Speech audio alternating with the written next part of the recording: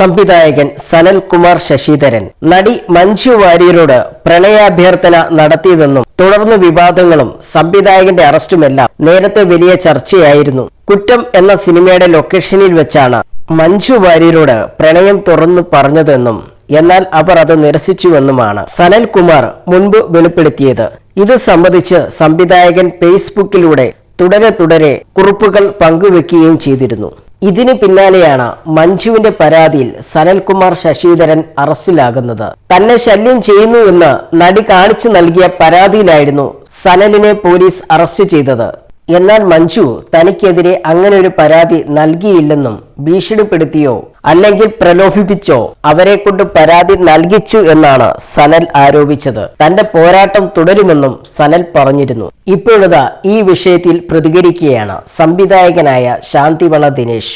ഈ വിഷയത്തിലെ നിലപാട് എന്താണെന്ന് ചിലർ ചോദിച്ചുവെന്നും അതുകൊണ്ടാണ് താൻ ഈ കാര്യം സംസാരിക്കുന്നതെന്നും ശാന്തിവള പറഞ്ഞു. അതിരൂക്ഷമായ വിമർശനമാണ് ശാന്തിവള സനലിനെതിരെ ഉയർത്തിയത്. ബുദ്ധിയുള്ള സ്ത്രീയാണ് മഞ്ജുവെന്നും അതിനാലാണ് സുനിൽ കുമാറിൽ നിന്നും അവർ അകന്നു നടന്നതെന്നും ശാന്തിവള പറഞ്ഞു. സംസാരത്തിനിടയിൽ തനിക്ക് മഞ്ജുവിനോടും കുടുംബത്തോടുമുള്ള സ്നേഹവും അടുപ്പവും അദ്ദേഹം പങ്കുവച്ചു. എനിക്ക് മഞ്ജു വാര്യറായി യാതൊരു വിരോധവുമില്ല. മഞ്ജു ദിലീപുമായി വേർപിരിഞ്ഞിട്ട് കോടതിയിൽ നിന്നും ഇറങ്ങി വന്ന് കാറിൽ കയറും മുൻപ് കണ്ണു തുടച്ചു. എനിക്കത് കണ്ടപ്പോൾ എന്റെ അനുജത്തി കരയുന്നത് പോലെ തോന്നി. ഞാൻ അപ്പോൾ തന്നെ മധു വാര്യർക്ക് മെസ്സേജ് അയച്ചു. മധു, അവൾ ഇറങ്ങി, അവൾ നിങ്ങളുടെ വീട്ടിലേക്ക് വന്നു. ഇനി ഒരിക്കലും നിങ്ങൾ അമ്മയും അച്ഛനോ സഹോദരനോ ഒന്നും ഞങ്ങളെ കരയിക്കരുത്. അപ്പോൾ തന്നെ മധു എന്നെ വിളിച്ചു. എന്തു പറയാൻ ചേട്ടാ, എനിക്ക് ഇതിനൊന്നും മറുപടി പറയാനില്ലെന്ന്. എനിക്ക് മഞ്ജുവിനെ വളരെ ഇഷ്ടമാണ്.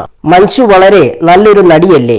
ഒരിക്കൽ കലാകൗമുദിയിലെ ഡിസൈനർ ആയിരുന്ന ഭട്ടതിരി എനിക്കൊരു ഫോട്ടോ തന്നിട്ട് പറഞ്ഞു, സംസ്ഥാന സ്കൂൾ യുവജനോത്സവത്തിൽ 1ാം സ്ഥാനം വാങ്ങിയ കുട്ടിയാണ്. പാവപ്പെട്ട വീട്ടിലെ കുട്ടിയാണ്.